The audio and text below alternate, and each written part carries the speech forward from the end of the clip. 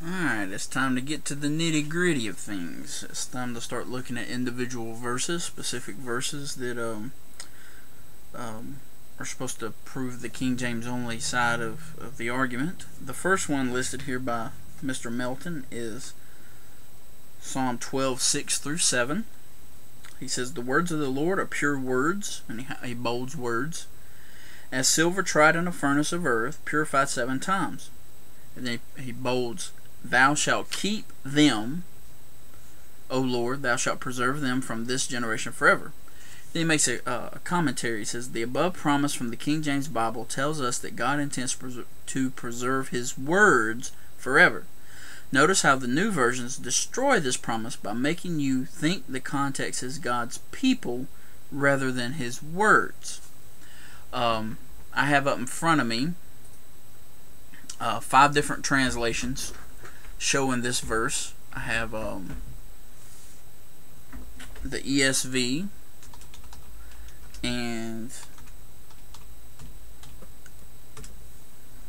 the NASB 95 edition, the NIV, the New King James, and the King James.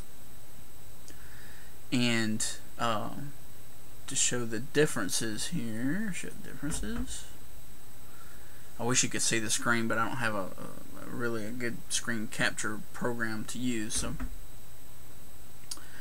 the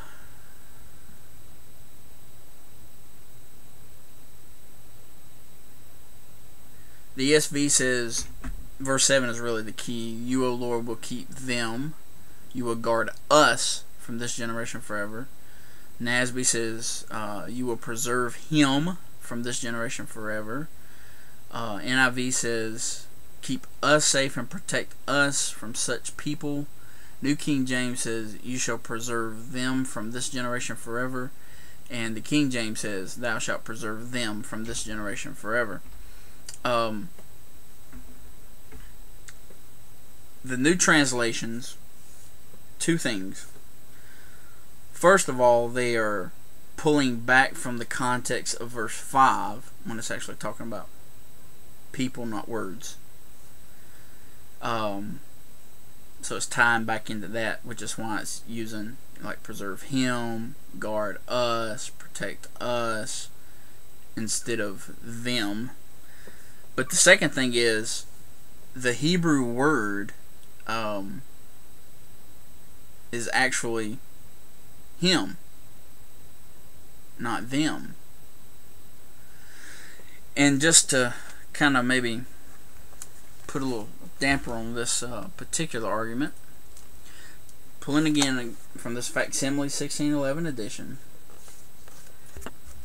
I pulled up Psalm 12, and I want to share this with you so you can see firsthand.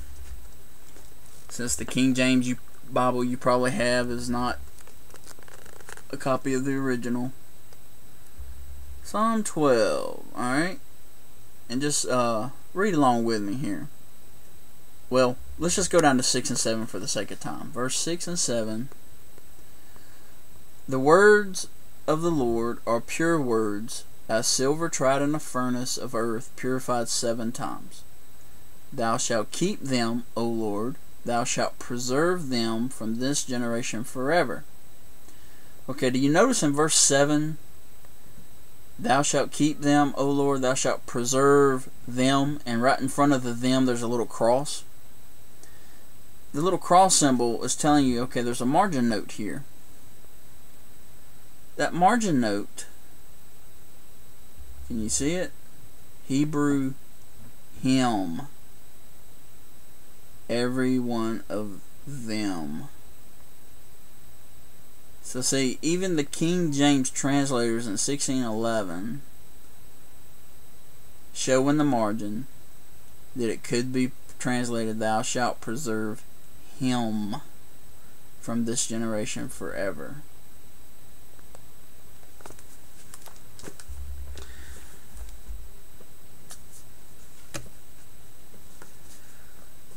So see, there's no conspiracy on the part of the new translations to try to confuse people from thinking that it's God's words.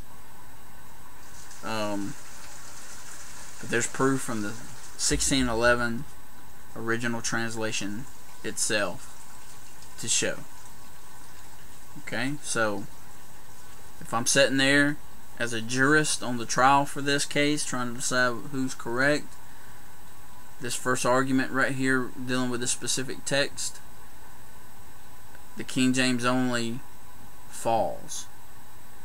That argument does not hold that they're trying to make here. So that's the first verse. For the sake of time, I'm going to stop it, and we'll go to the next verse, which is Isaiah 7:14.